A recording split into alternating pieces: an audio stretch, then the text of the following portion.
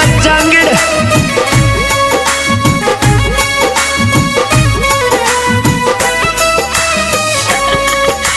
राजस्थान री धरती रा इतिहास बताते हैं, यहाँ जन्मे वीर बहादुर सारी कथा सुनाते हैं, हम कथा सुनाते हैं।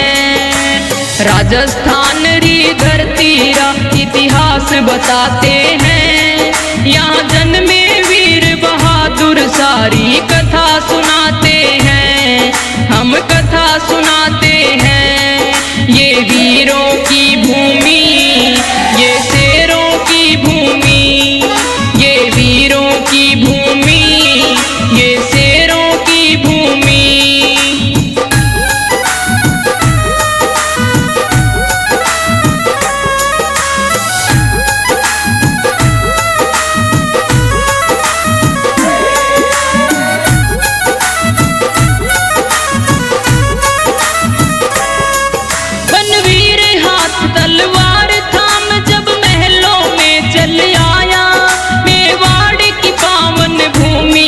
जब अंधियारा छाया, उदय सिंह के बिस्तर पर जब चंदन को लेटाया, पन्ना धाय ने मातृभूमि हित बेटे को कटवाया। ऐसी जननी के श्री चरणों में शीश झुकाते हैं, यहाँ जन्मे वीर बहादुर सारी कथा सुनाते हैं, हम कथा सुनाते हैं। ये वीरों की भूमि, ये शेरों की भूमि, ये वीरों की भूमि, ये शेरों की भूमि।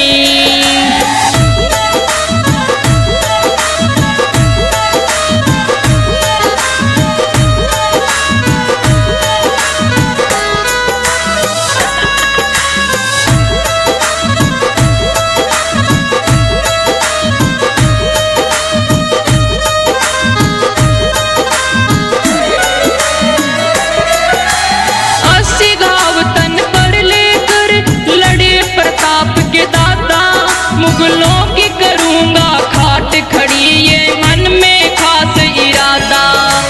वार पे वार करन लागे तो छोटा नहीं पुराता, पीठ दिखाकर भागे थे सेनापति और प्यादा।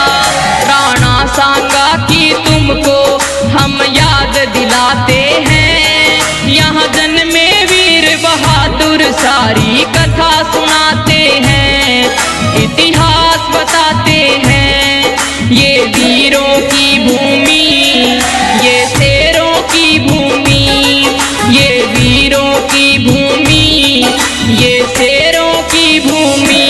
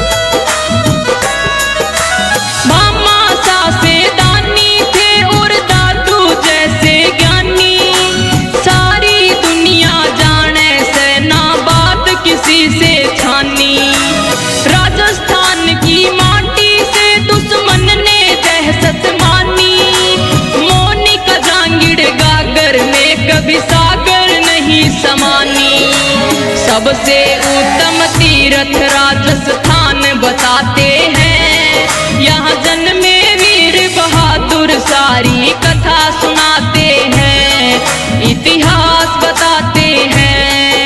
ये वीरों की भूमि, ये शेरों की भूमि, ये वीरों की भूमि, ये